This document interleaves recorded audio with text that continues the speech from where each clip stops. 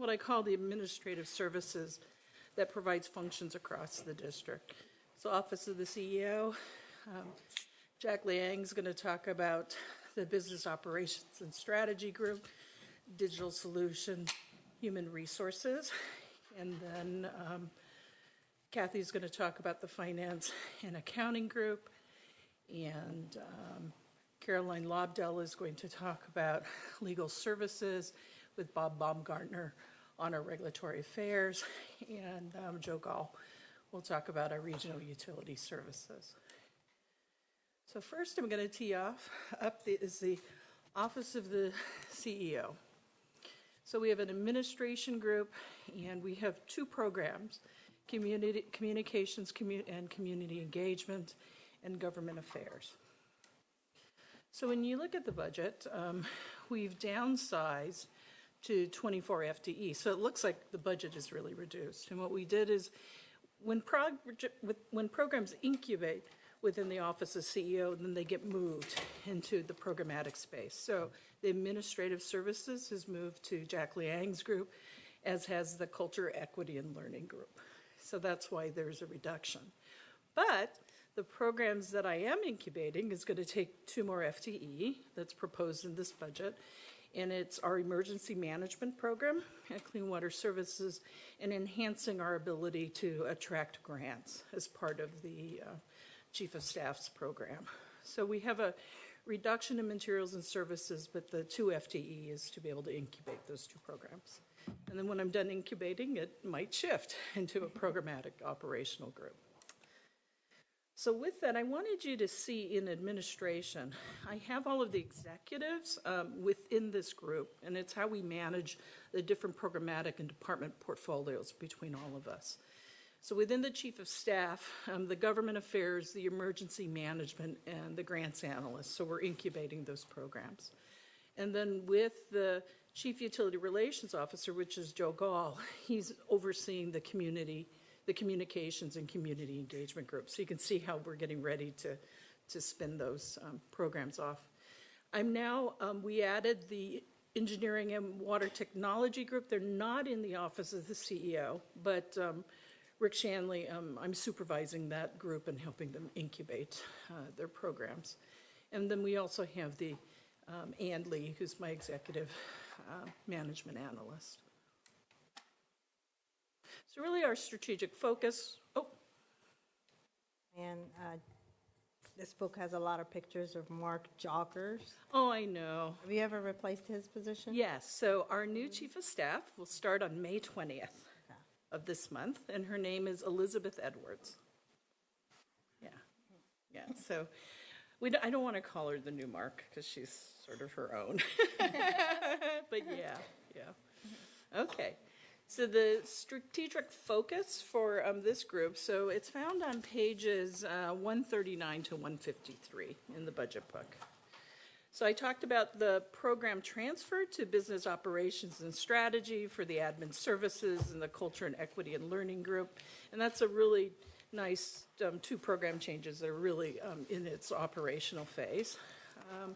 And I talked about how we're adding the emergency manager and the grant analyst, and there was that one transfer of a natural systems and enhancement services staff to the community and communications and community engagement group that they talked about earlier.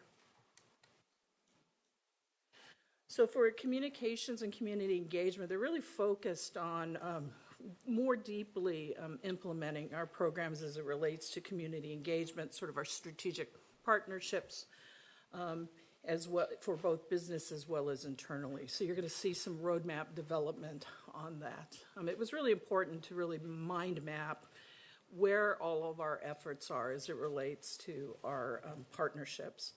And they're working with the Tualatin River Watershed Council, the Tualatin Soil and Water Conservation District, and NSES to administer hopefully a $500,000 FEMA grant to really support our Tualatin River Watershed Navigator program to really help those streamside property owners understand their sense of place in the watershed and how they're impacted by the watershed itself. So we're hoping to get that going. And that's why the emergency management program is important, because in order to be able to receive grants like this from FEMA, we have to meet all of the all of the standards as it relates to emergency management.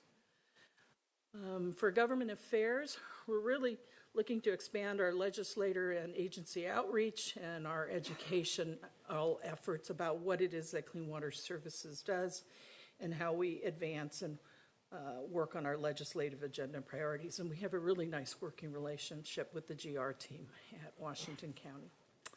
And we have our ongoing federal advocacy and engagement work with the Bureau of Reclamation as it relates to the Scoggins Dam, safety modifications, and this next year we'll be working with the partners on the local cost sharing for that program. So I think the estimate is a little over $900 million. So we expect that to probably go up over time as they reach into design and the final construction bids. It's quite a project here for the region. So that's the office of the CEO. Pretty simple. So the next group that's going to be talking is Kathy Leader on our Finance and Accounting Department. Thank you, Diane. I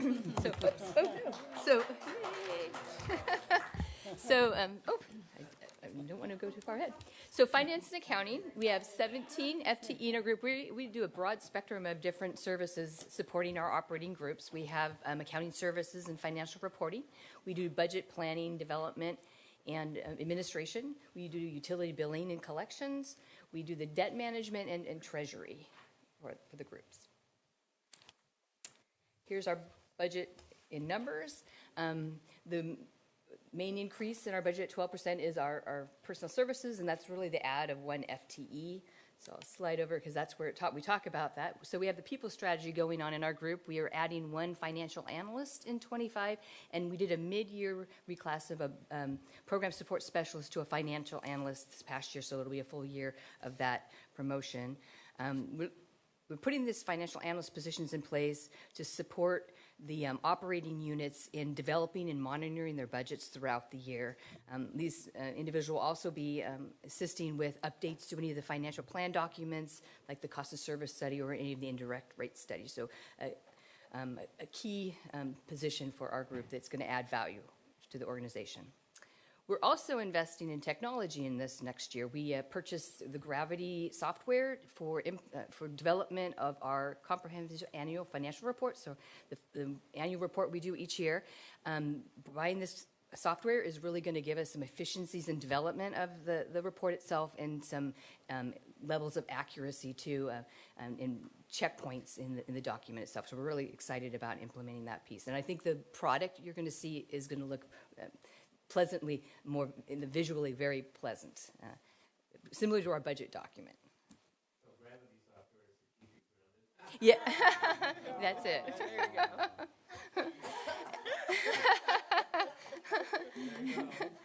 And finally, one of the initiatives for our group is we have an intergovernmental agreement with Tuolumne Valley Water District to do a joint billing. That actually expires at the end of fiscal year 25. So we are in the process of doing a cost of service study itself and cost analysis of services for billing that the water district does to help share in the cost of billing. So we'll be updating our IGA. This year, we didn't see a significant increase in our contract with them, just based on trending this year and increases.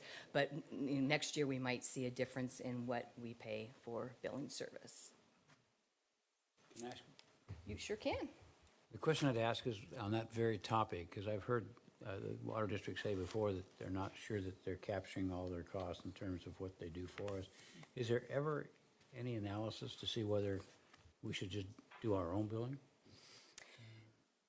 Yeah, we definitely had looked at that in the past. One of the benefits that joint billing with the district does is, well, obviously there is some economy of scale of billing together, but also the ability to have the water shut-off feature for delinquent accounts it's a good thing. Yeah. So we will be contracting with a consultant to help go through a cost study and together work at an equitable share of the billing cost of service. Any other questions?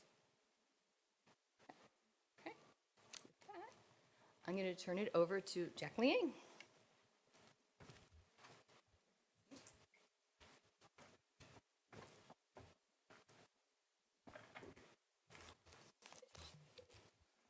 All right, good afternoon. I have the next 3 departments to present, and we are going to start with the Human Resources Department.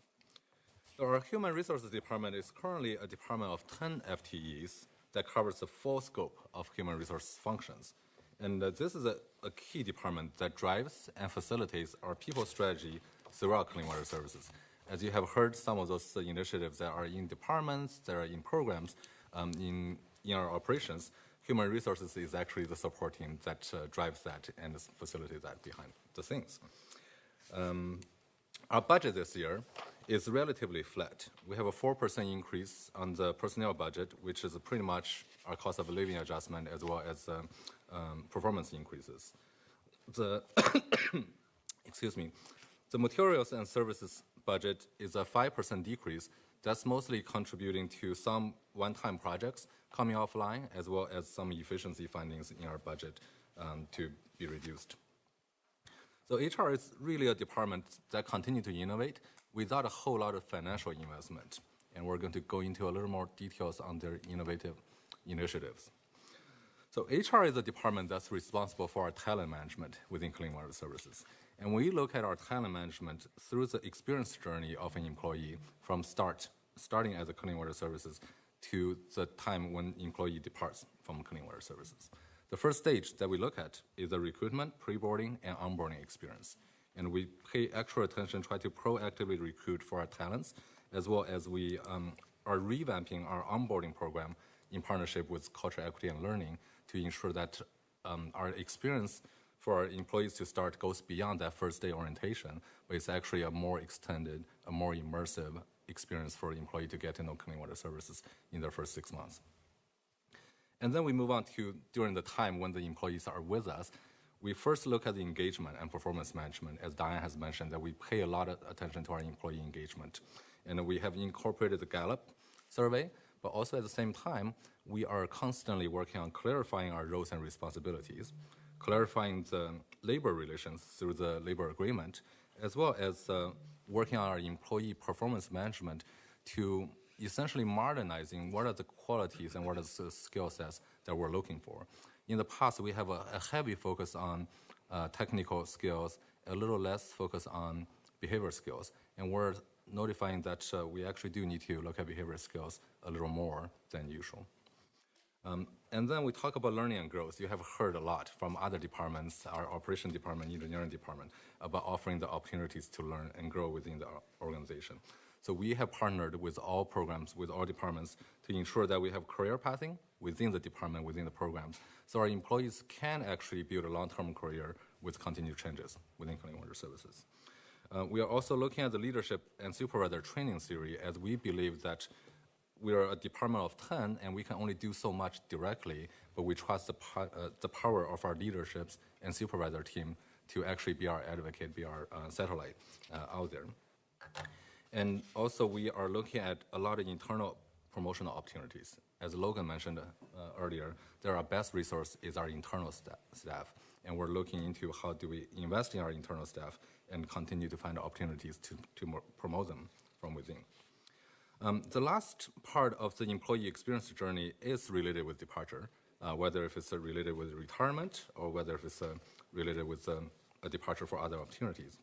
So we pay attention to celebrate all of the employees that retire with us, and we really think that's a great journey that leads to retirement. And also, no matter if it's a retirement or departure, we encourage exit interviews with employees. Those are usually the areas where we can learn things on how we can actually become a better employer, continue to improve that. There is an industrial term that's getting a little more popularity about boomerang employees. What that speaks to is an employee that has departed an organization for a long or short period of time, and they return to the organization as the next part of their journey. And usually that speaks volume to the employee left on good terms, still consider the employer as a great employer to work for, and then keep that option open to come back. And at Clean Water Services, we're starting to see some of those boomerang employees actually returning to Clean Water Services. with more skills and experiences. Does that definition include retirement and work back? That is a part of that. Okay. That is part of that, but more so is, it feels like that our retirement and work back, it almost feels like the employee never left, right? So when we say, yeah, it does qualify for that, but when we see boomerang employees, it's more focused on the employee who left for a period of time and then decide voluntarily wanting to return to clean water services. All right, and in addition to the employee experience journey, we also pay a lot of attention to our workforce well-being. And we look at that through our benefit program, through our wellness program, as well as our employee recognition and appreciations. On the benefit program, Diane mentioned a little bit earlier, we are constantly looking at better plan choices. We're constantly looking for better benefits that we can offer to our employees. And this year, we are working on a project to switch our benefit plan into a more robust plan. On the wellness program, we actually took a pause during COVID just because we were shorthanded at that time. We are in the process of reevaluating our wellness program to offer new wellness benefits, wellness initiatives to today's workforce. As Diane mentioned, that 50% of our workforce were with us 5 years or less. So, and they have a lot of new needs, a lot of new preferences on the wellness program that our HR is assessing and trying to meet those needs. Last but not least, we all know that recognition and appreciation is actually a big deal within an employee's journey, as well as it's a big deal to an employee's well-being. So we pay particular attention to that, not only that we do recognition, appreciation, we try to encourage meaningful and individualized recognition and appreciation. So that's the wonderful work. That's honestly only scratching the surface of the wonderful work of HR department. And I am ready for any questions that you might have. Hi, Jack. Thank you. One of the things I'm curious about is I'm looking at the roadmaps and looking on page 74, at least beginning, and this is a couple years ago, you had under talent management implementing the apprenticeship programs. I'm encouraged and really interested in the development of like life cycle programs where a person could have a complete professional life cycle within clean water services. Remind me if this is still primarily limited to operations. Will there also be opportunities like with the wet people and the natural systems and business and other places to try to bring in programs like that and recruit, hopefully, from communities that are really underrepresented? Thank you. That is a great question. And our goal is definitely to have those opportunities throughout the entire district. Our operations folks, particularly in the water resource recovery areas, as well as the field operation areas, are those, I guess you can call it early pilot areas, just so we can kind of stand up a small program, see some success, learn some lessons, and then before we roll out to other programs. We do always, we have an ongoing program to bring in internships into our engineering and research and innovation groups. So we actually, rather than calling it an apprenticeship program, we actually do have a little bit of an internship program that is in our engineering group already. Are they paid internships? It's paid. It's an organized program with the universities. So they call it MECOP and CCOP. So they do it during their junior and senior years. And then, as the team talked about, postgraduate and doctorate folks to work with us. Yeah, so that one's different because it's actually an organized group that already exists. Awesome. And then I just want to point out on page 75, the service level and performance measures, the 24-25 targets are missing. Let's see, 25. Then if you will, bear with me. I'm not done. Alex, don't cut me off. Okay, thinking about the Culture, Equity, and Learning Group, looking around pages 30 through 33, and I realize these are not budget questions, but they're roadmap, but I think they're still relevant today.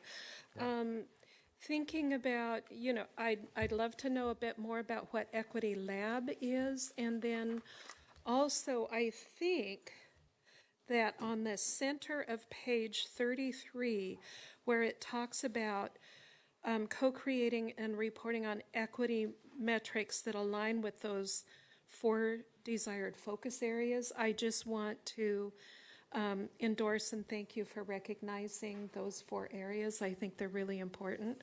Thank you. And just in case you haven't already, I hope Clean Water is considering some organizations like Center for Diversity and the Environment for trainings. They have entire cohorts of people that they can take through that really help make people who may not necessarily have a lot of exposure to other cultures and biases and things really help build knowledge, sensitivity, and just kind of really get people ramped up to help implement more equity.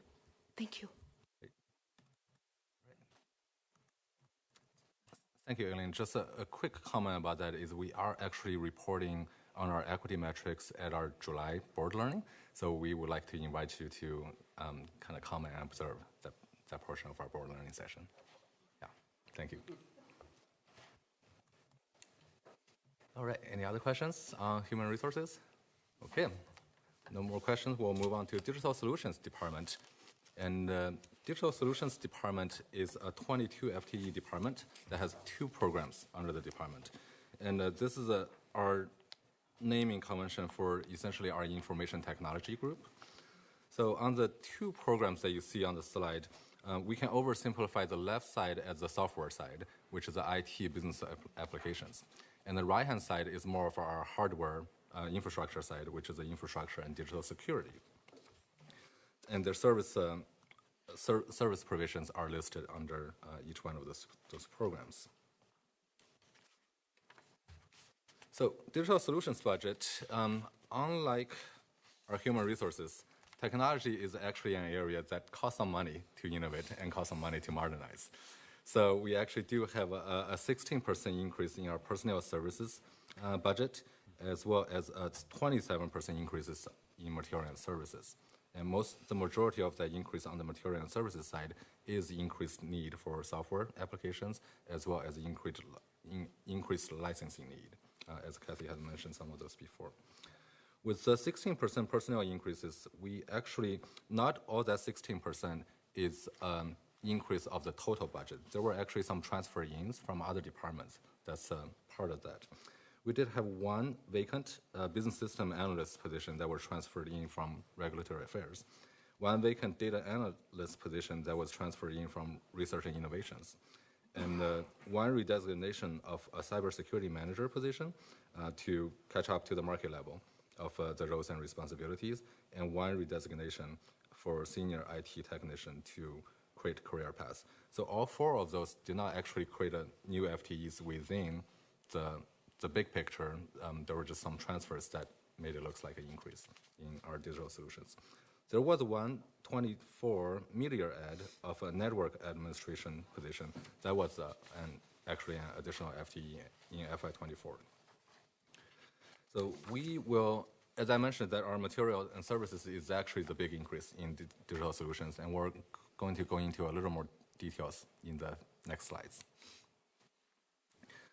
Digital solutions, as many departments has mentioned, that we really do have a focus on our continued improvements. And when we see continued improvements in digital solutions, we look at 2 aspects. 1 aspect is the system aspect, is what is our hardware, what is our data center doing, what are the software that we're doing, are they providing us enough protections, are they providing us the ability to carry on business. The other areas is the process improvement side, which is how are we doing our work, and how is that dictating how we provide IT services. On the infrastructure side, we did a lot of migration of our new data center. We're actually working on a co-location that is a third-party hosted location for our data center, and that is much more resilient from a disaster recovery perspective. We are redesigning our network and server architectures to provide more security and a better performance within Clean Water Services work. We upgraded our VPN, and as well as we implemented E911, which stands for Enhanced 911 Services, this last year. In the process improvement area, we are strengthening our project management and communications with departments, as well as we are in the process of standing up a technology steering committee that actually helps digital solutions to prioritize on the new technologies to deploy. And in addition to that, we have cybersecurity awareness that is a strategic focus area for digital solutions. And we'll talk more about cybersecurity on the next slide. So cybersecurity is not exactly a new term anymore, right? But it's a term that never gets old. It doesn't age. It's like, what's its secret, right?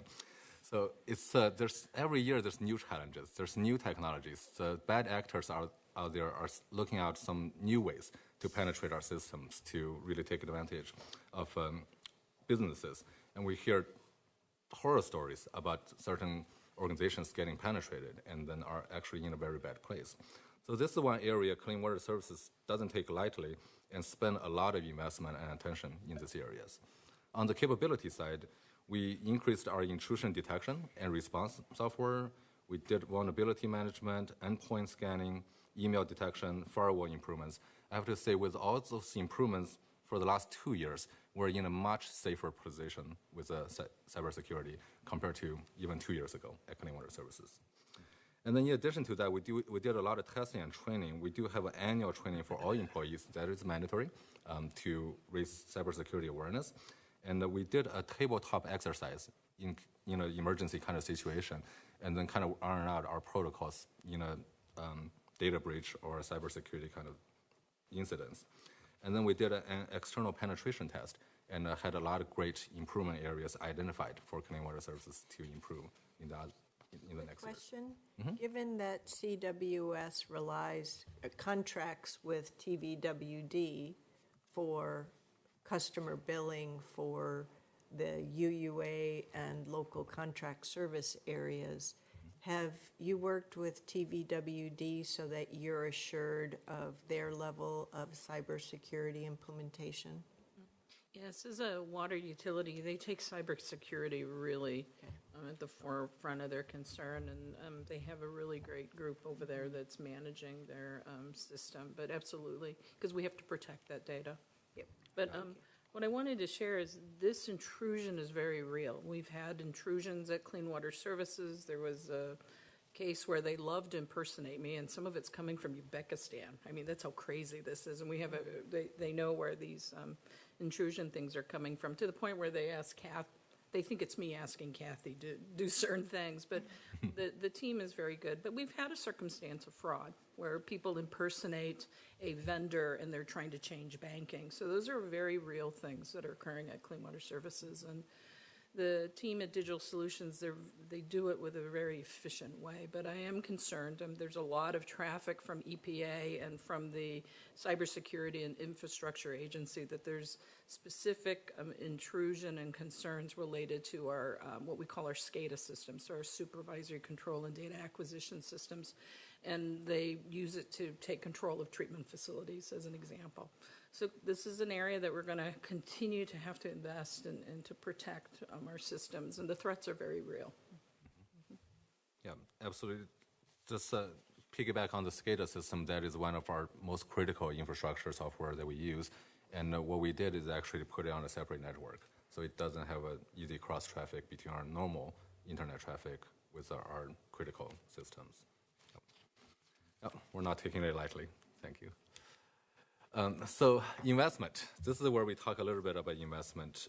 Digital Solutions being an internal service department, none of the investment is actually for ourselves. It's always for the other operating departments. It's for the operation of Clean Water Services. So there are 3 general categories in summary. The first category is the high-cost core services, which are the fiber and the network upgrade. The Open, which is the utility billing software that we jointly implemented with TVWD. And then we are also migrating from VMware to Hyper-V. That is a pretty significant network software switch that we're doing. And in the next category, the value-added software for employees.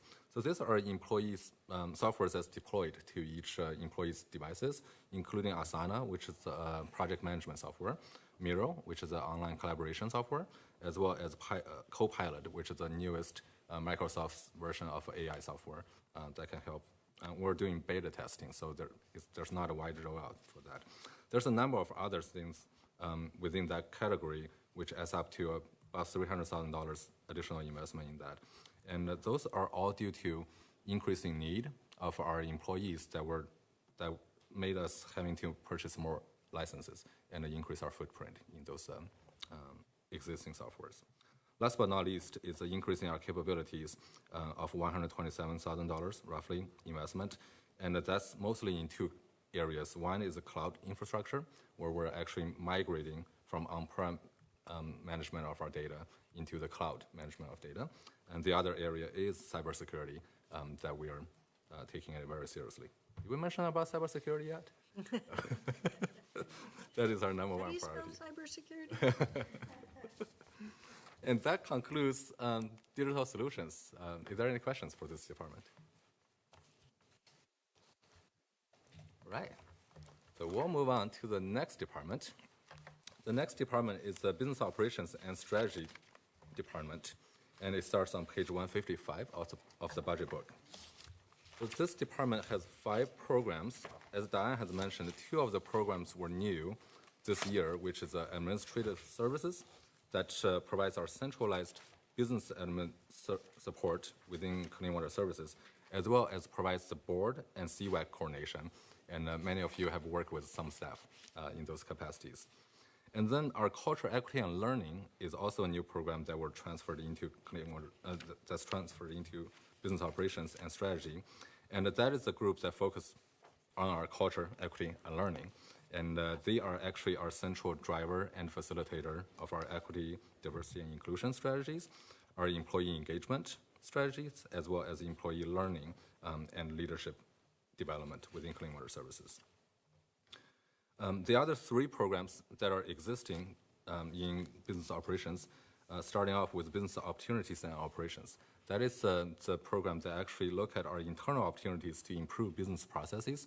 Essentially, it's a process improvement function. And then also the external opportunities where we are seeking business interest for Clean Water Services. You have heard the renewable natural gas as a project that Logan mentioned.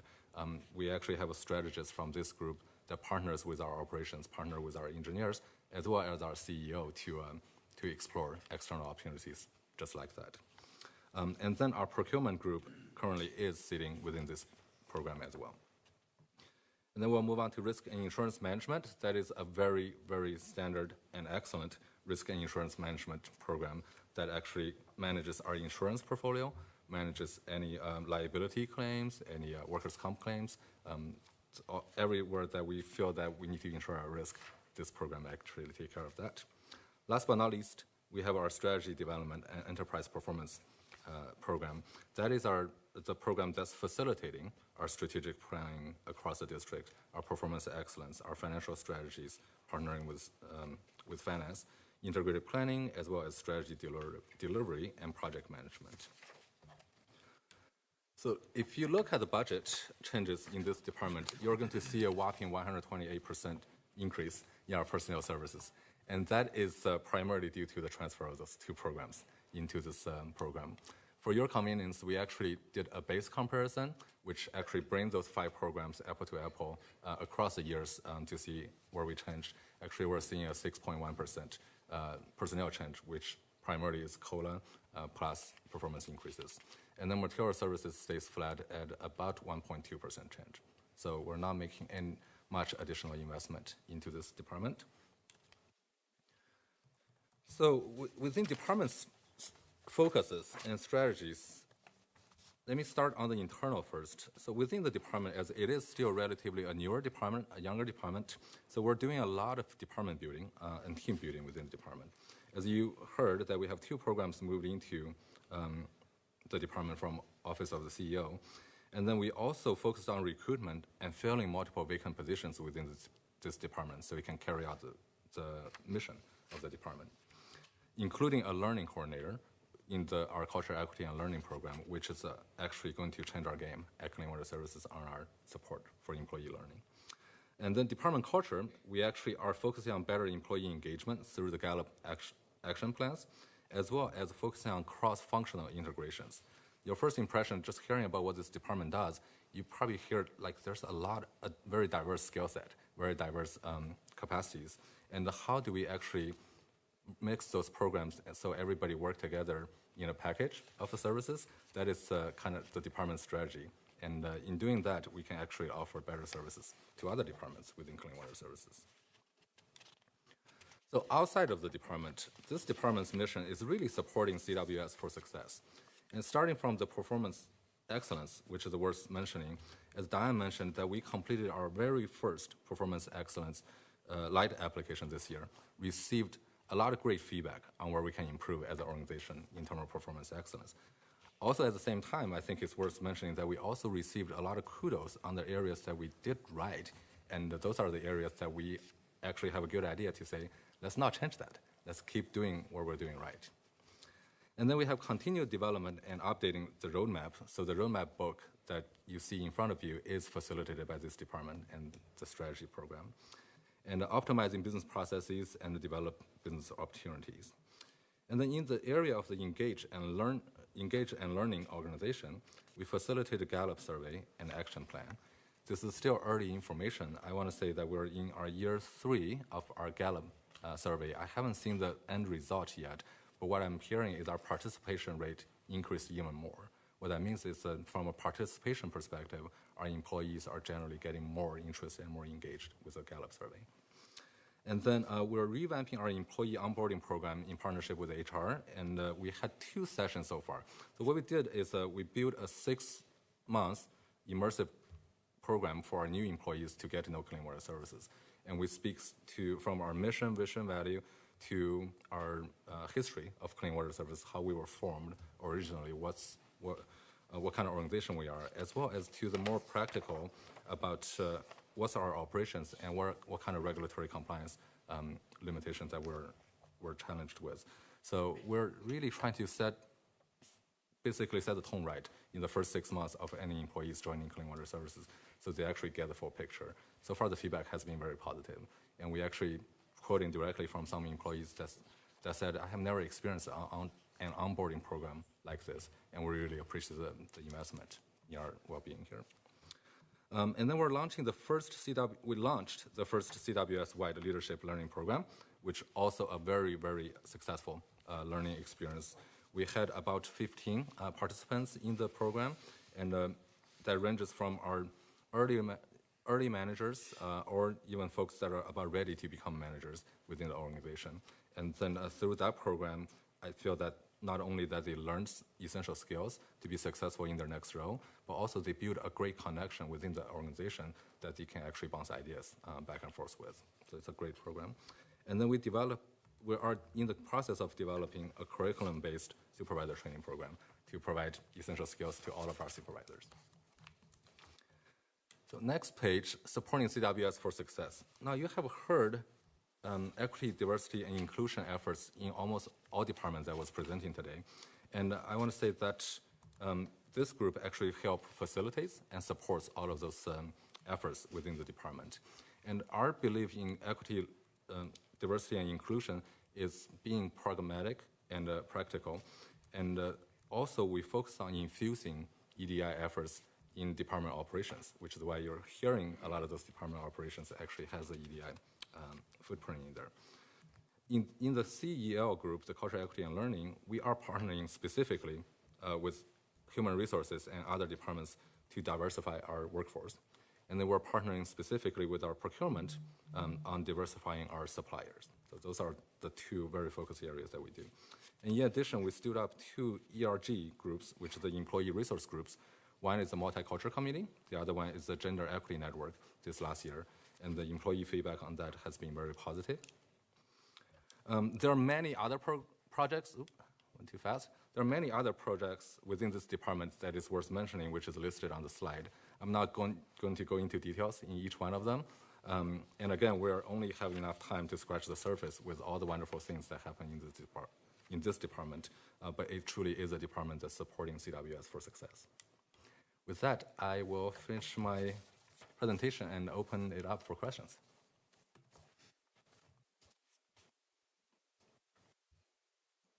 All right. Without any other questions, we will move on to Regional Utility Services Department.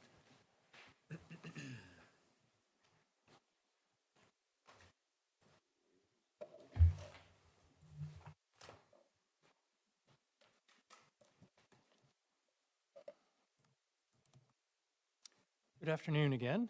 I'm here briefly, Joe Gall, the Chief Utility Relations Officer, and talking about my favorite department, the Regional Utility Services Department, or RUSD is the term that we use. So RUSD, I like to tell my team, we're very externally focused. We primarily work with, obviously, our 12 partner cities in the county. We work very closely with the development community and a lot of businesses and industries that are looking to expand or to build in our service area. We have two main programs, development services, which is the bulk of our staff. I like to look at that. This is the old planner in me. It's like current planning in a lot of municipalities. Those are folks that are dealing with applications that are going through the pipeline, basically, and then also projects under construction. So our erosion and sedimentation control inspectors are out on those sites making sure standards are being met. So it's very much like a current planning type function in cities and at the county. Systems planning, I look at as more long-range planning. Again, we're working with those partners. We're looking more long-range in terms of planning for the future and how we can meet the demands of our various city partners in terms of their expansion plans. Our budget, as you can see, is relatively flat in terms of the FTE count. The bump up to 35 is a backfill that the board just approved because we lost Andy Braun, who you heard from earlier. Andy's now working over in the enterprise and our engineering and water technology department. So he's gone, and then we will backfill that position or fill that position. So we really are staying flat in terms of FTE. I did want to touch just briefly on the materials and services. We have an increase of $65,000 for contracted services to continue with some specialized help from a business systems administrator with specific knowledge of our customized permitting system, which we call Amanda. So over the next year, we'll launch the applicant portal, which integrates with Amanda, as well as add the iPad interface and other modules to Amanda to support our construction inspection team. So that's the reason for the slight increase in that budget line item. So as I said, we work primarily with many external partners supporting industrial readiness and housing production. We've spent a ton of time this past year and will continue in these two primary areas. Rick talked earlier about semiconductor opportunities. We have been working very, very closely with North Plains and Hillsborough specifically because of Senate Bill 4 and the potential for expansion in the semiconductor industry to make sure we're ready if something big happens in either of those communities. So we meet almost weekly with them just to stay in touch and stay on top of things. I wanted to touch about expedited infrastructure improvements. An example, Sherwood is looking at Sherwood West. This is a large expansion that is on the horizon potentially if Metro approves the UGB expansion. We had a project that was scheduled to be built in 2026 right along Roy Rogers Road. So if you've been driving along Roy Rogers or Tualatin Sherwood Road in the last 2.5 years, it's been under construction because of county road improvements and the Willamette Water Supply Project. So our team said, wow, that project's going to be all buttoned up by 2025, and then we're going to reopen the road again and put a pipe in the ground in 2026. The community's going to love that because they love when people coordinate and different agencies coordinate. So we actually worked with the county and said, hey, could we put that force main pipe in early as part of your project while the road is still under construction, which the county agreed to and the contractor agreed to. So that pipe's going in the ground now. It didn't delay the project, and we're saving almost $1 million in terms of doing it in 2026 because the contractor is ready, the staging's there, everything's ready to go. It's very simple for them to kind of add that to the project. So that's an example where by being closely in touch with our city partners and looking out over the horizon, doing things differently, and maybe expediting some things that normally in the past we might not have done. Housing production is another area that we work very, very closely with our county and city partners. Obviously, that was a very big priority in the short session with the governor's emphasis. That was her #1 priority.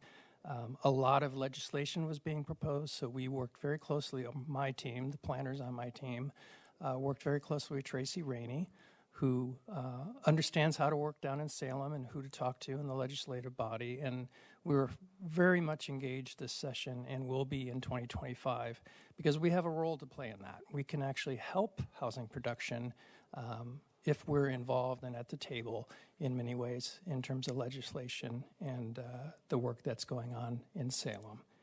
We're also on the same kind of level more with our city and county partners talking about middle housing implementation. How can we help increase more middle housing in the county to again address the housing production issues?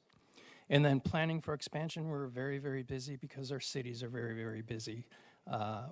Either planning for expansion areas like Sherwood and Sherwood West, or actually seeing projects actually come out of the ground. So Beaverton with South Cooper Mountain, Tigard with River Terrace, King City's right on the horizon in terms of dirt being moved in their expansion area, and then talking with cities like North Plains, Sherwood, and Hillsborough in terms of future expansion areas. So trying to be at the table a lot earlier than maybe we have in the past. Development review, I wanted to touch on just a little bit about development trends. The first numbers you see up there under the first bullet were projections a year ago in terms of how many, for example, connection permits we anticipated issuing during this fiscal year. The second number is their actual number as of the end of April. So in all of these categories, we're actually, I think when I talk to Damon Reich, who's here and can answer any specific questions you might have about development trends, we're probably going to hit those targets. He is also, when I asked him, has this gone up and down in the last 2 to 3 years? It's been pretty stable, actually, in terms of our permit numbers, in terms of our reviews. Second bullet up there touches on our typical review timelines. I think in years past that's been more of a challenge here at CWS. I think I hardly hear from the development community about timelines and reviews being done in a timely manner. Usually there's a hiccup or a project that we have to address that's causing a delay, but things are actually getting done pretty quickly. Our site development reviews typically are done within 15 business days. Environmental assessment reviews are 12, and then our limited development reviews are 1 business day, but Damon reminded me this morning, usually that's the same day. So that's not an issue right now currently, and we'd like to keep it that way. I mentioned the CWS permit portal. That's an exciting project that is going to launch in the next 6 to 9 months. That's going to provide a lot of access for our applicants' project teams to check the status of their projects on their own, to submit things electronically. All the communications on applications will all be in one place, and it will reduce a lot of manual entry of data for our staff. So we're excited about that project and that launch in the next 6 to 9 months. Just when you have a permit portal, I assume that there is a user interface that the applicant will work with. What I'm trying to look out for is where, especially for the urban unincorporated areas, where Washington County has, the LUT team has their permit portal, and then you have your permit portal, and what if there are different apps or systems behind it like LUT uses a Acela or something like that, versus what you're using, will it have an effect on the end user, what version of permit management software you use? I don't believe that's the case. Damon, I'm going to put you on the spot since you've been here all day. And this is your project you've been working very hard on. So, just to remind you, I'm Damon Reishi. I'm the Development Services Division Manager. We've had kind of a dual process with the county for years in terms of people have to submit for certain things to the county and for the storm, Sandy, and erosion control to Clean Water Services. And we've worked very closely with the county to sort of have that process work together, that there's one trigger at one organization sets off things at the other. We will have different separate systems, but we're working with the county to make sure that they maybe don't integrate exactly, but that they work together. As long as we're ensuring that it's as seamless or easy as possible for our customers, while at the same time achieving the goals or the requirements that you have. Perfect. Thank you. thank you, Damon. And then the last slide, before I take any questions, I mentioned we do a lot of work externally in terms of working with our different jurisdictions, but I also remind our team we could not do that work effectively if we did not work closely internally. A couple of examples, we work very close with Bob Umgartner and the Regulatory Affairs team in a variety of different ways. It was mentioned earlier about the IGAs. Hillsboro's done, Beaverton's almost there. We are now starting to negotiate new operating IGAs with the county, which is a big one, and then with the city of Cornelius are our next two IGAs that we're working on. Bob and Jamie Hughes are leading that effort, because whatever we agree to with our city and county partners in terms of how we operate has to be consistent with that permit. And who knows the permit best? Bob and Jamie and the rest of the RAD team. So they have been just critical to kind of working with our city partners on those IGAs. We updated our stormwater management plan 1.0, which was a basic update. We're going to do a more major update in the near future. That is a project we could not do on our own. It's coordinated with regulatory affairs. We work very closely with natural systems. That's primarily on our sub-basin planning and resilient stream program. Again, if we don't work well internally, we can't work very well with our external partners. And then our last bullet up there is how we're coordinating with engineering and water technology. Those are just 3 projects that we're doing. 2 of those are in Sherwood and then Hillsboro. I think those have all been mentioned. Lots of integration, lots of communication internally, so we can work with our external partners. And I think that is the last slide, unless there are questions that you might have for myself.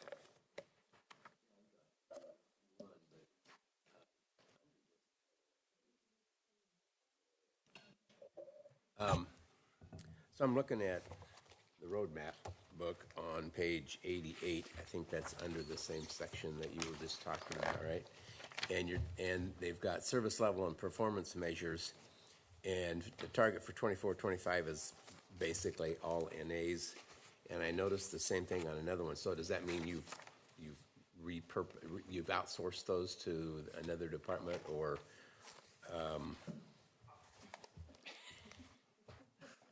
So there's 2 different types of metrics. Might need Jack to help me with this one. Service level and performance, thank you. So the service level is kind of, I always think of it as kind of like workload. So where we've put service level for NA, for example, it's related to, say, the number of permits that we might be issuing, and we don't set a number for it's whatever comes in the door is what we're going to respond to. On our performance level, though, we'll talk about how effective we are in, say, issuing those permits or doing those reviews within timelines. And so I think like 90% are issued within timelines is the target. Yes. So those NAs are really related to service levels that we want to report on, but we're not predicting a future for them necessarily, although we did on one of the slides. So you've got, and then on another one on page 83, you've got regional capital funds administered. You got 7.6 million. So, and then all the rest of the ones are basically NA as well. So what do you use the 7.6? What do you spend the 7.6 on regional capital funds administered?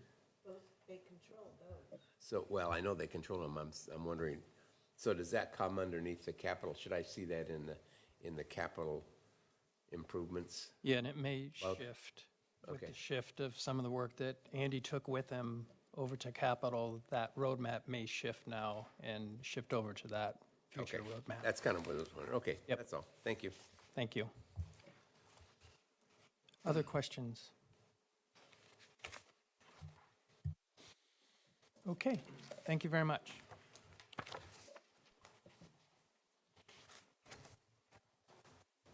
So Jerry and Elaine and the chair, you give us, you're looking at our roadmaps and the teams that have NA. It means they just haven't developed them yet. So Okay. I think it's well noted, and it gives people the incentive to get those metrics done. So we really appreciate it, because using service level metrics is something new to Clean Water Services. So we're trying to get them down, because if you don't have your results, you don't know if you're pointed in the right direction. So the team is duly noting and hearing. Well, and what I particularly liked about this, I mean, the budget book has got the numbers in it, but this has really the detail on what it is the departments do and what their targets and objectives and those kinds of things. So to me, this was, I love the numbers part, but this tells me a lot more of what actually they do. And so I've appreciated looking at this. Thank you. Agreed. Good afternoon, members of the Budget Committee. Caroline Lobdell. Sorry. Oh, I think this is this the first budget year that we've had you before us? yes, I was going to touch on that. Oh, well, she's so awesome. She needs no prior introduction. She can handle it all. So I appreciate that. No, really, thank you. On that note, for those of you who have had experience with me, you can probably predict that I intend to be brief and directly to the point. So the legal shop at Clean Water Services is comprised of 3 FTEs, and our job is to protect the legal interest of the district, and we do that by way of giving legal advice, drafting, preparing, and finalizing legal documents, and retaining and managing outside counsel when subject matter expertise or capacity requires us to go look out elsewhere. In terms of budget impact this year, slight 6% increase in personnel services, and that's really just the COLA adjustment and performance metrics, or what's the word? Performance? What's the pay, No, it's though? performance-based pay. Yeah, thank you. Performance-based pay, yeah, performance increases. But the heat on my budget, this is still a relatively small impact in the totality of the district's budget, but there is some heat on my materials and services, which is really professional services.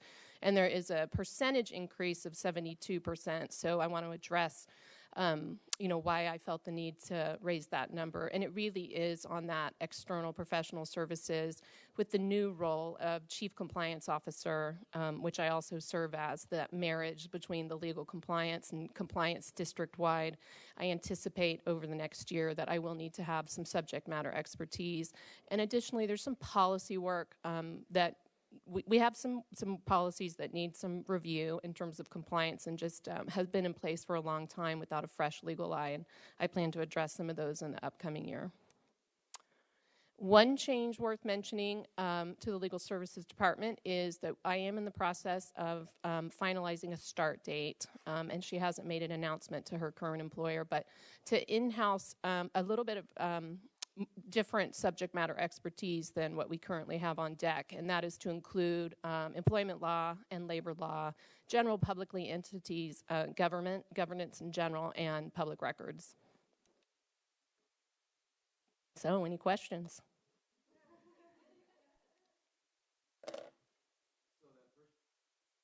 The person you were just talking about adding that number is in other personnel expenses? No, that is already one of the 3 FTEs. Oh, okay.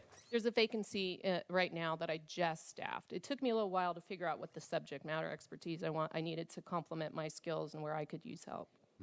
Okay. Thank you. Thank you. You run a very lean department. We say that it's small, but it's mighty.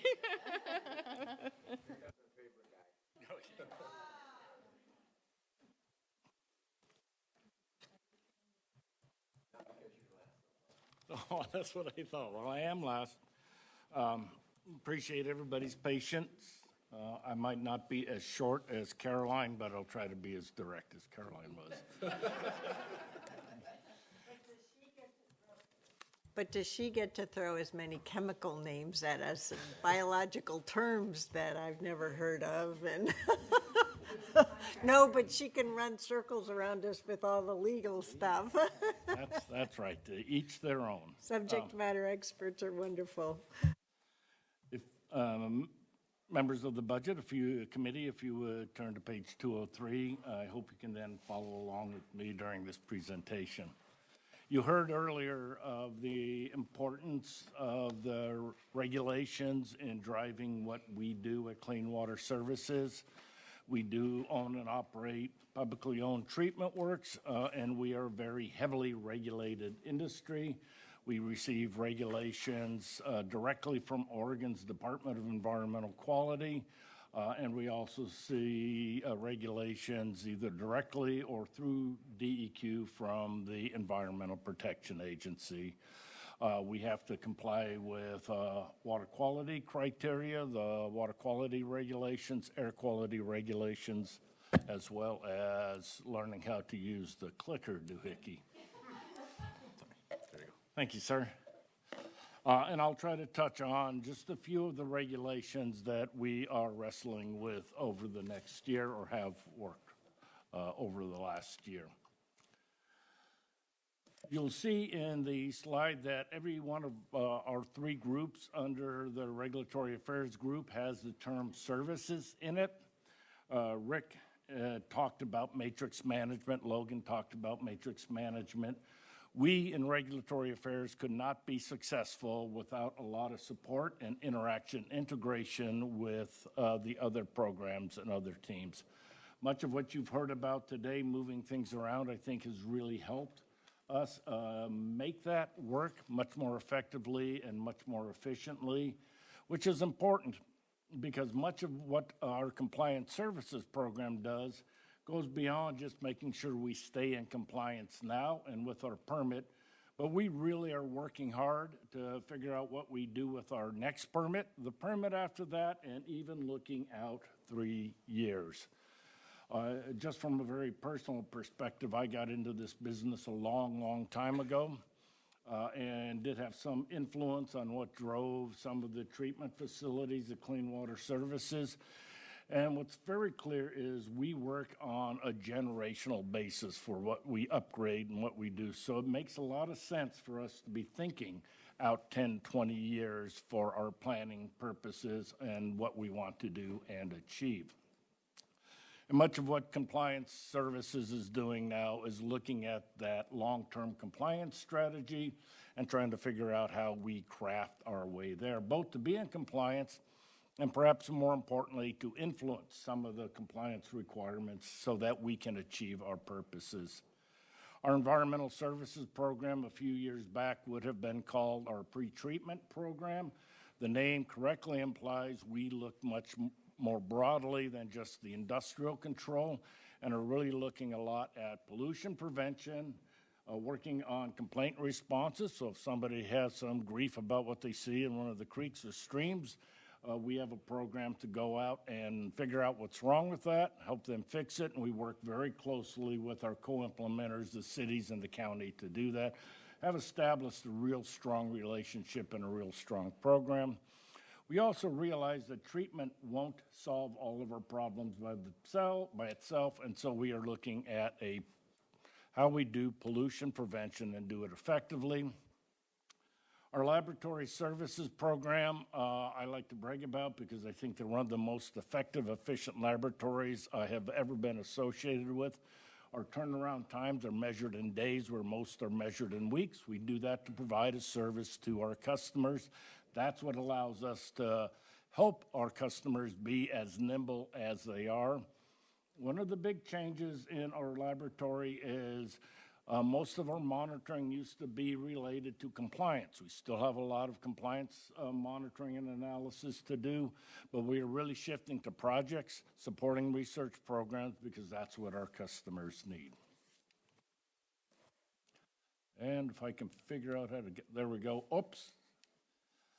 Our budget this year, we, as you heard, have moved one person out of regulatory affairs and moved that into Jack's program.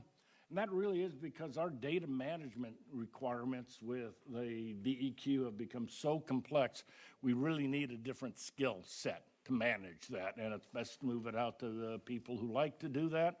And so that's what we've done. We have an increase, though, in personnel services. That is because of mid-year requests. We have hired 2 people into our compliance service programs. One of them is supporting our stormwater program. You heard a little bit about that as we develop our stormwater plans. Looking into the future, what we call our stormwater management plan, or SWAMP 2.0.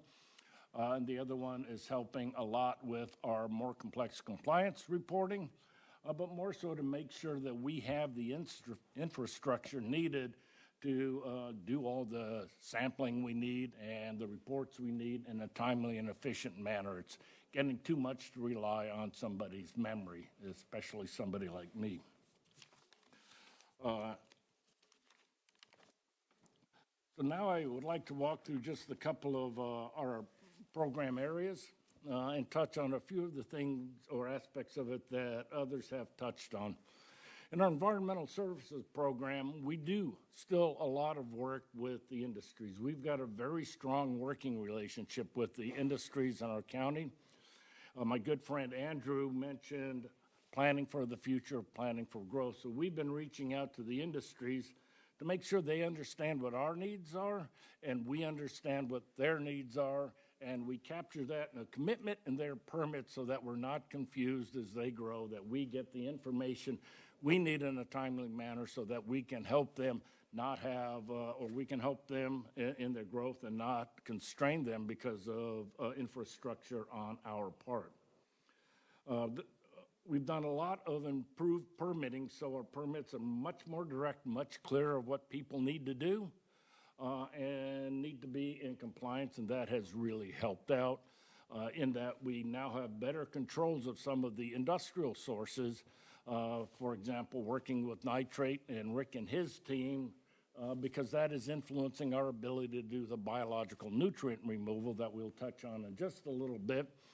But the point being that if the industries know what's expected of them, it's much easier for them to plan and decide to do that, and we can avoid having to do the direct regulation of that. I wanted to go off subject just a little bit and talk about PFAS. It came up as a quick question. The perfluorinated alkyl substances are a growing concern. We have invested quite a bit in our laboratory to be able to monitor those and evaluate those. I'll touch on that in a little bit. But the regulations related to those are changing faster than any regulation change I have ever seen come out of EPA. The Environmental Protection Agency has already established a drinking water criteria of 4 nanograms per liter. Their target is 0. It's going to be a difficult target to achieve because these things are widespread and ubiquitous. They have also developed water quality criteria, proposed water quality criteria. They have taken public comments. We've commented on them. We understand the numbers that will come out will be much lower than they proposed. We should be able to meet the water quality criteria from our discharges into the river. But there's another set of water criteria that they are developing that they're going to call the human health criteria for people either drink water and or eat fish. And those we anticipate to be very, very low. And those are going to be what ends up being our regulatory driver. We are working to get ahead of those regulatory drivers. And one key area that we are doing that is development of PFAS management plans for our industries. Logan mentioned that one of his best people came over from his group to our group, and her name's Amanda. We paired her with one of our most experienced environmental services, source control people, and that has been a team that has done just great work reaching out to industries and starting to see what we could do to limit the amount of PFAS coming from those industries. We have had some very notable successes. We've still got a long ways to go.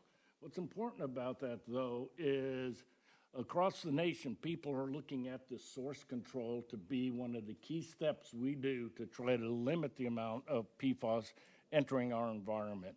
And we probably have a better data set than just about anybody else, and certainly have a better data set outside of those communities that have extremely high levels of PFAS. Ours are orders of magnitude below the municipalities where they've had some very real concerns, but because these criteria are low, it's going to be a critical question, what can we do at the kind of levels that we are working with? And so I just wanted to give our team a pat on the back for the efficiency and effectiveness of that. We work on illicit discharge responses with the cities, as I talked about.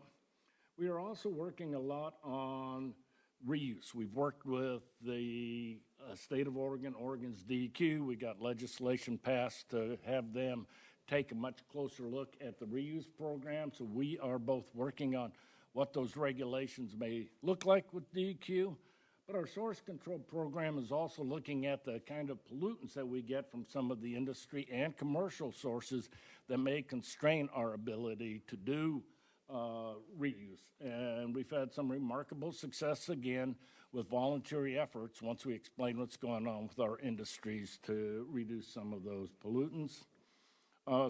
And the last area I wanted to touch on real quickly with environmental services is stormwater control. Diane has mentioned it, Joe mentioned it, but stormwater is going to continue to be a very significant issue for us and for the nation.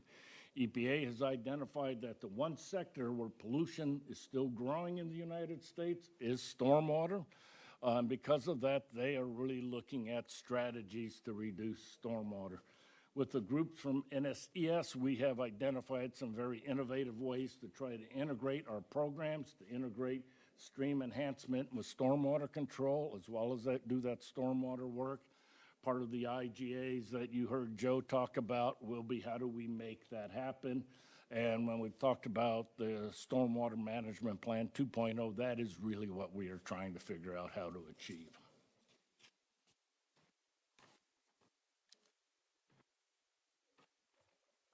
Yes, ma'am. I'm wondering about the stormwater regulations base moving up. What that might mean for your relationships with the cities going back to these updated IGAs.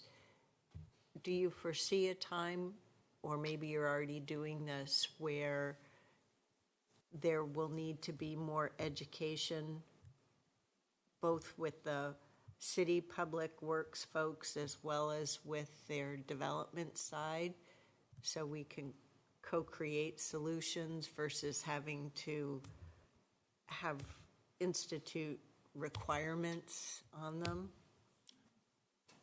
Yeah, members of the committee, Chair Harrington, I'll take a shot at that. Diane can correct me where I'm wrong.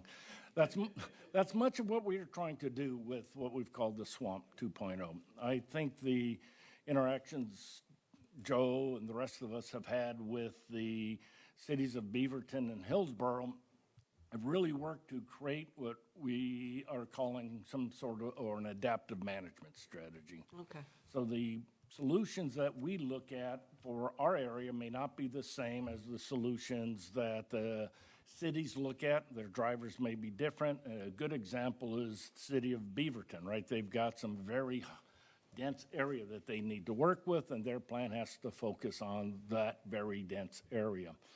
So the structure we are trying to set up is to allow the cities to do that site-specific information or site-specific strategies. We have also invested in a lot in understanding. We have worked with them to explain the permit requirements, what they need to do, and it's been also very helpful for them to explain to us what their issues are and how they want to try to resolve them. What we found is those two cities are very mature.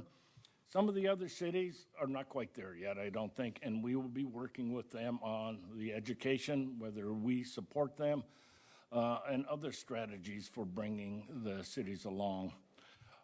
And what we want to do, and what Jamie Hughes is going to lead us through, is how we craft the regulatory requirements so that we can fulfill our role as in assuring that we comply with the permit, that if the cities want to do something different, that what they do will comply with the permit, and that we have the structure inherently built so that we can do our reporting that we have to do to DEQ.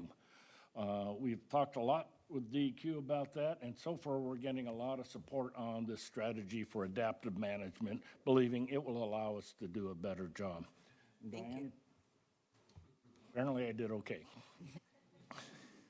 Well, I guess going back to your comment about, thank you, about PFAS and I can't use the technology you did words-wise, but getting to zero.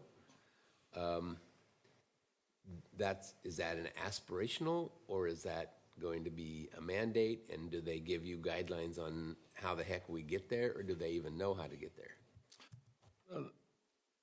Members of the board, Chair Willie, that's a great question. And at this time, probably the thing that is stressing people in our profession end of the field is there's not a clear guidance on what is acceptable.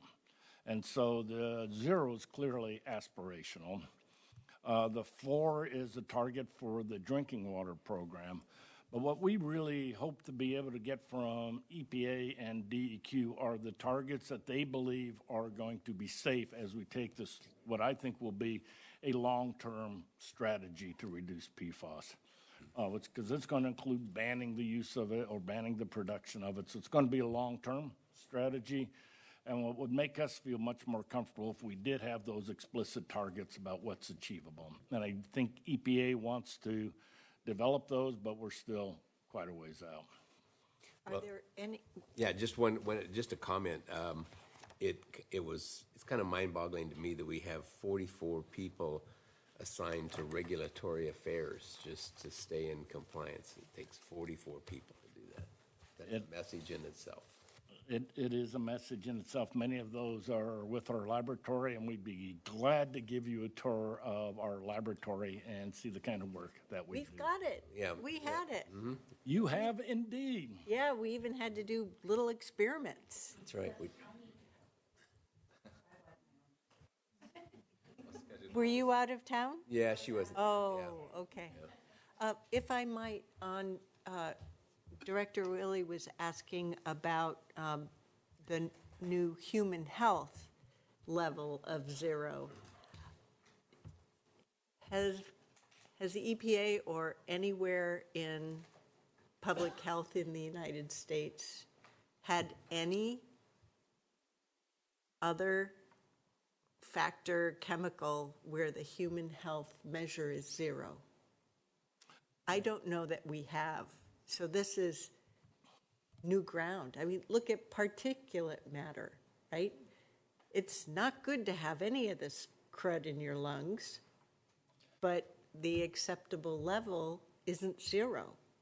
So I was looking for an analogous situation. So just a clarification, their target for 0 is for drinking water, not for the human health ambient water quality criteria.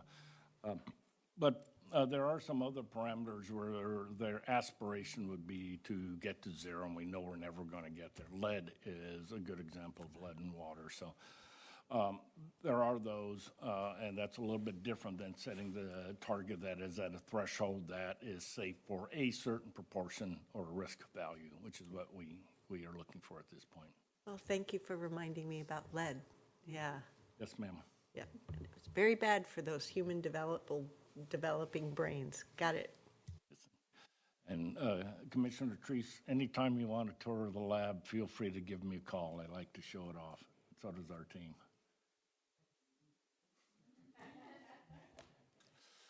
For our laboratory services, we have been. Can I ask a question? Sorry. Yes. I'm just curious because I love the idea of pollution prevention, and I'm just wondering, I originally wrote down 2 questions.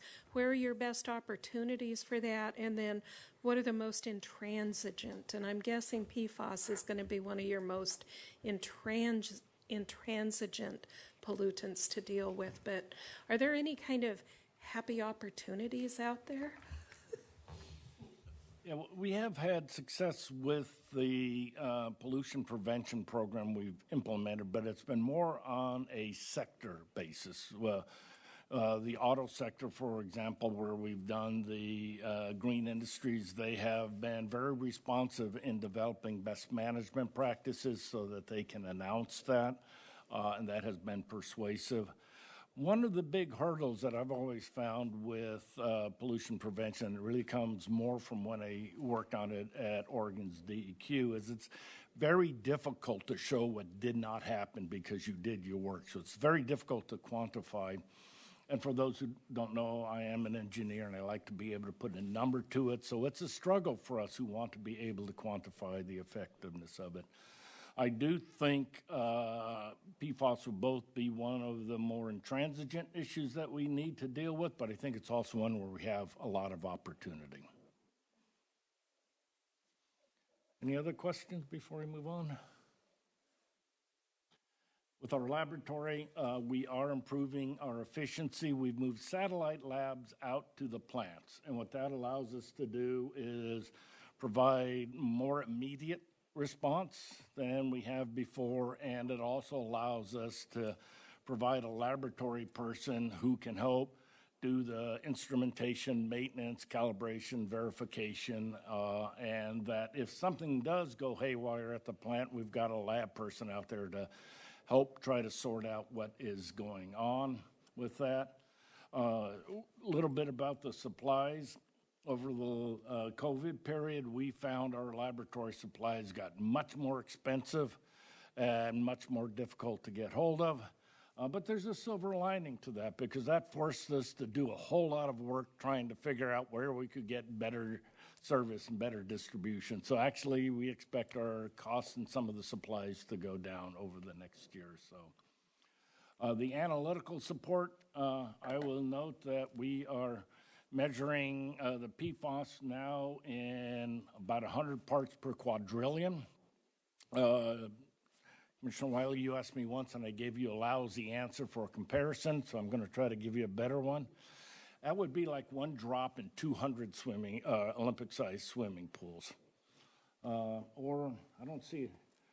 Joe, do you have a small sticky pad note? Would you hold that up? Yes. He does. It'll be finding something that size hidden somewhere in all of Washington County. It might be in timber.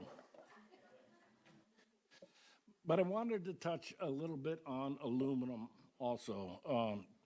And the reason I did that is last year we talked about the dilemma we had with Oregon's new aluminum criteria and our use of alum, which is an aluminum salt, to remove the phosphorus from the wastewater treatment plants.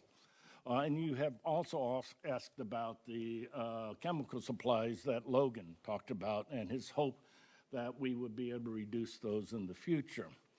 What we were successful at is convincing EPA and DEQ to use a biological measurement of the aluminum for the application of ambient water quality criteria. Not what comes out of the plants, but for after it mixes in the river.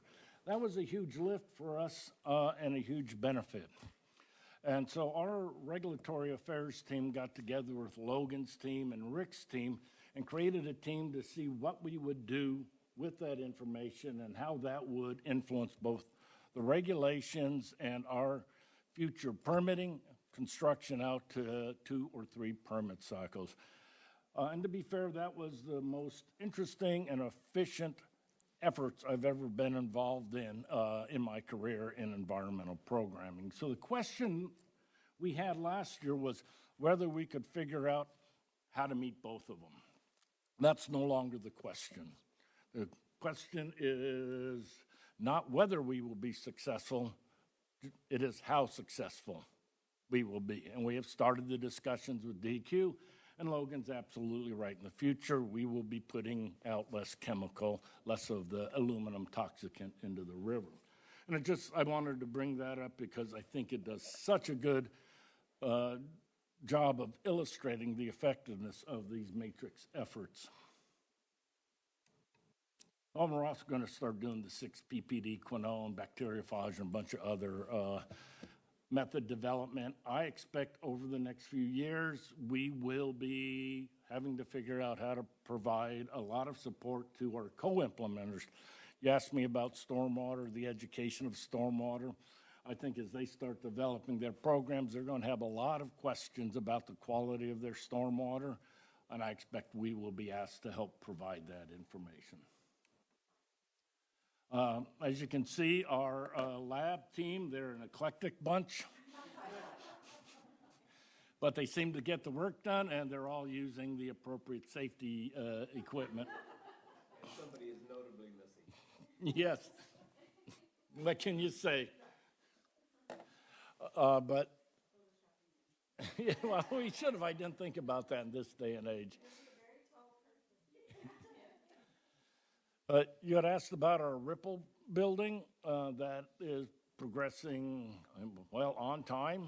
And we are already starting the process of a couple of the final details. One of them is what that human environment is going to look like for our lab folks. They spend a lot of time in the lab, but they also spend a lot of time in the office. We want to make sure they have opportunities for these collaborative rooms. We want a nice space so that we can do the kind of interactions with the teams you have just heard about as well. One other area we're putting a lot of effort into is understanding the logistics associated with the move, because we're going to want to be able to keep producing the data that we have while we start moving equipment and people from one place to the other. And that is a lot of logistics to figure out. We are getting there, but it also influences our asset management. Chair Harrington, we've got to pay attention to our instrumentation and how we move that, as well as our equipment and tools. And one part of that is deciding where we invest now and where we wait to invest until after we have done the move. So we're progressing nicely with that. So far, it's working very well, but we've got plenty of time to find a kerfuffle or two. And I would note also, I should have mentioned this earlier, but the PFAS instrumentation that we have, we've got that in under budget and ahead of schedule. We are already doing our QA comparisons with the consulting lab that has done some work for us. We have reached out to DEQ, and we're going to be coordinating with them on PFAS measurements so that we know when we work with DEQ, we're using the same methods, procedures, and getting the same results and the same answers. And then for the compliance services, as we mentioned earlier, the reporting requirements have become much, much more complex and much more detailed. DEQ is really looking to us to provide them information through electronic data portals. That doesn't sound so complex, but if you look at our permit, it is much more complex than anybody else's permit. And that starts to feed in then how do we develop these reporting procedures that have all kinds of nested what-if equations. What if the flow is this? What if the oxygen is this amount? So we've been working a lot on that, and that's one of the reasons we need the support from IT so that we can do that, do it efficiently. If we ever look to providing services such as providing PFAS support to other entities or stormwater support, we need to be able to have that kind of reporting and tracking of the work that we do. I've touched on many of these already, but just to touch again on the stormwater management plans 1 and 2. We broke those up because we wanted to get our regulatory commitment out to DEQ in a timely manner so that we met those and let us work with the cities for developing a new vision of what our stormwater programs are going to look like. We will look for DEQ support, but we did not want to have that compliance schedule overriding what we did. We are kicking off a number of projects to work with the cities and make this adaptive management strategy come to life. A lot of work on the regulatory compliance strategy, the nutrient strategy I talked about earlier, but now that we have completed that work, we have started our interaction with DEQ to update the rules that we need to update to make that happen. They include the what's called the total maximum daily load that sets our targets for the river and then sets our limitations. We are working with DEQ to update reuse. And there's a lot of work we're doing with thermal load management. Logan mentioned that. We still are implementing or relying a lot on our shading program to provide us offsets for the thermal loads. We expect reuse to help out. Jamie, again, is working on the flow augmentation. I should note Julia is doing a lot of the work for our nutrient strategy. We've got some very good staff leading those programs. You heard a little bit, though, also about the eDNA.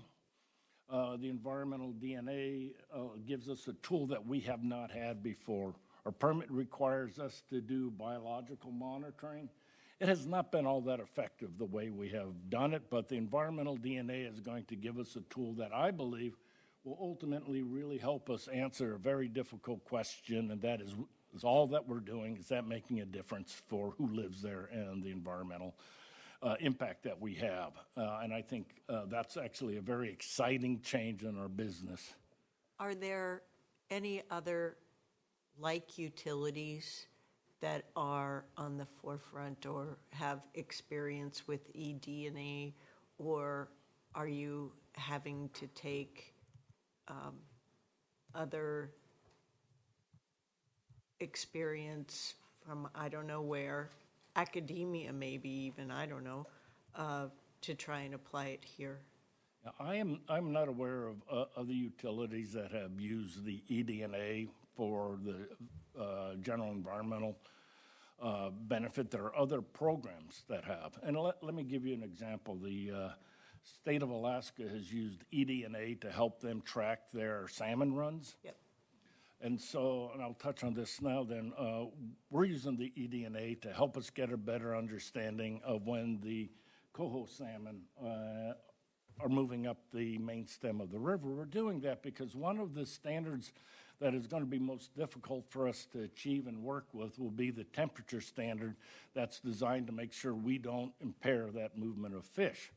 Logan has also mentioned the aerial overflights, and so we are using that information to help us get a much better picture of the signature from our discharges on how that influences temperature during these critical periods. So what we are able to do is pull together a lot of engineering, Logan and his team looking at if they can help reduce some of that temperature, my team doing some of the modeling of how the discharges impact the river. But now what we believe we will have is a good picture of what that plume actually looks like from temperature, and to make sure we can create a passage for the coho moving up during that critical period. And we may actually be able to understand when they are moving, so we'll know when to critically plan that. So there's been quite a bit of work on that eDNA that others have done that we are following up on. Are you already doing the level of sampling that you need to support that, or will it require you to implement more sampling out in the field? At this point, we are doing the level of sampling that we need to do that. So it's a level of analysis now. Yeah.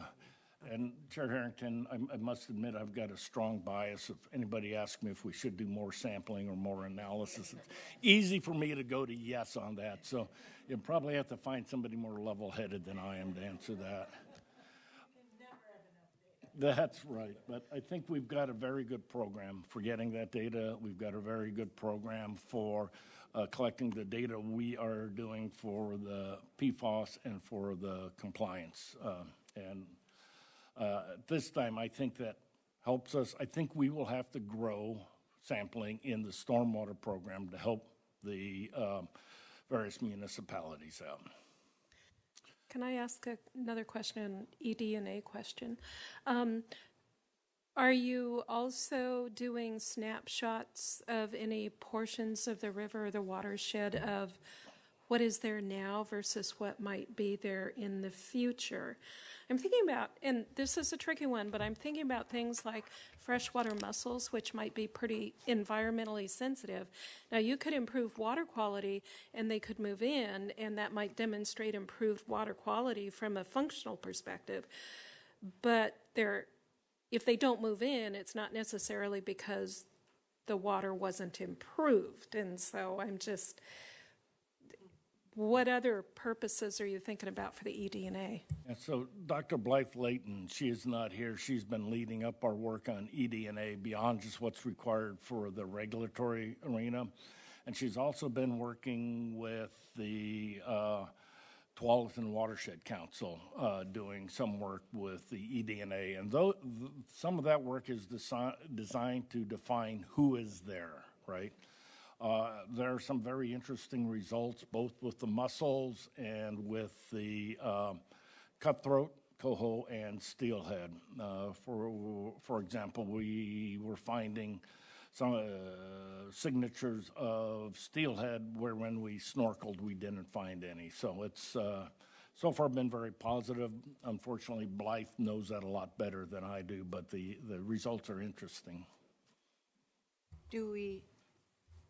Is there any interest in frogs, since we have a whole bunch of threatened frog and turtle species? Amphibians are really, connected to environment quality and such. The trick with animals, and one of the reasons why as an ecologist I tended to measure vegetation, is vegetation doesn't keep moving around or have population increases and decreases due to external factors. And that's what makes the eD&A piece tricky. It would be really cool to say, oh, we'll just watch for red-legged frogs in this area of the watershed. But they might be absent for other reasons, and it makes it very difficult to interpret. Okay, thank you. Thank you. And actually, that pretty much covers what I wanted to cover with our programs. I would note that although we're not, other than the 40-some people you talked about, I think we are very efficient, and I would note again that the reason we are effective is because we can collaborate so well with the other groups. We would not be able to do this at all by ourselves, and that's a model that works really well for us. Commissioner Willie, I would want to point out the 238,024 analytical results. We checked that. That's quite an underestimate. We'll probably be at 260,000 this year. So when we think about the people out at the lab, they're turning off a lot of information. And you'll see that we are up to about 60,000 compliance determinations. There is a lot of tracking of this data to meet the regulatory compliance for the reporting, the quality assurance that we have. One of the aspects of our budget this year is that we are asking for an update for our laboratory information management system. It's our database that helps us manage that. right now we are churning out so much information that the infrastructure of our current one cannot handle it. It slows down, sometimes it stops, and my lab team likes to remind me that that's not the most effective or efficient use of their time to be sitting there waiting for the data system to respond. And with that, that's all I have. Thank you.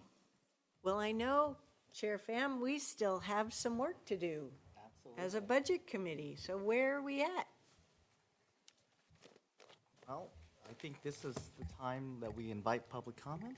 Yes, this is the second and final opportunity for public comment, so I turn to Clerk Moss. Do we have anybody that signed to speak in the House or online? Thank you, Kathy. I did not see anyone come in the auditorium. Did anyone come in the auditorium that wishes to provide public comment on the rest of the CWS budget presentation you've heard today? I'll give you just a moment to raise your hand or start coming forward. Not seeing any in the room. Would any member online via Zoom wish to provide public comment for up to 2 minutes on this CWS budget? As you've heard the afternoon presentation, give you just a moment to utilize the raise hand function. Not seeing any hands, Mr. Chair. Thank you very much. At this time, I just want to go over the financial summary. Before I say that, actually, I just want to comment and give gratitude to everyone on the CWS staff. Really blows my mind how much passion there is in this organization. And when Jack was speaking about HR, I was thinking, this must be such a fun place to work, because everyone really seems to love what they do. And I'm so impressed with the level of knowledge and what you do for us here in Washington County. So thank you on behalf of CWAC. This time, we are looking for a motion to approve the 24-25 budget. Is there anyone here that would be? I hear a motion from Matt Wellner. Yeah, I'll move to approve the proposed fiscal year 2024-2025 budget in the amount of $789,339,900 as presented in the fiscal year 2024-2025 proposed budget document and recommended for adoption by the board of directors. Thank you. Do we have a second? From Commissioner Wiley. Thank you. Willie, apologies. We have a second. All those in favor, say aye. Aye. Enthusiastic. Terrific. I don't believe there was any nays, right? Do we have any nays? No. With that, motion passes, and I adjourn our meeting. Hey,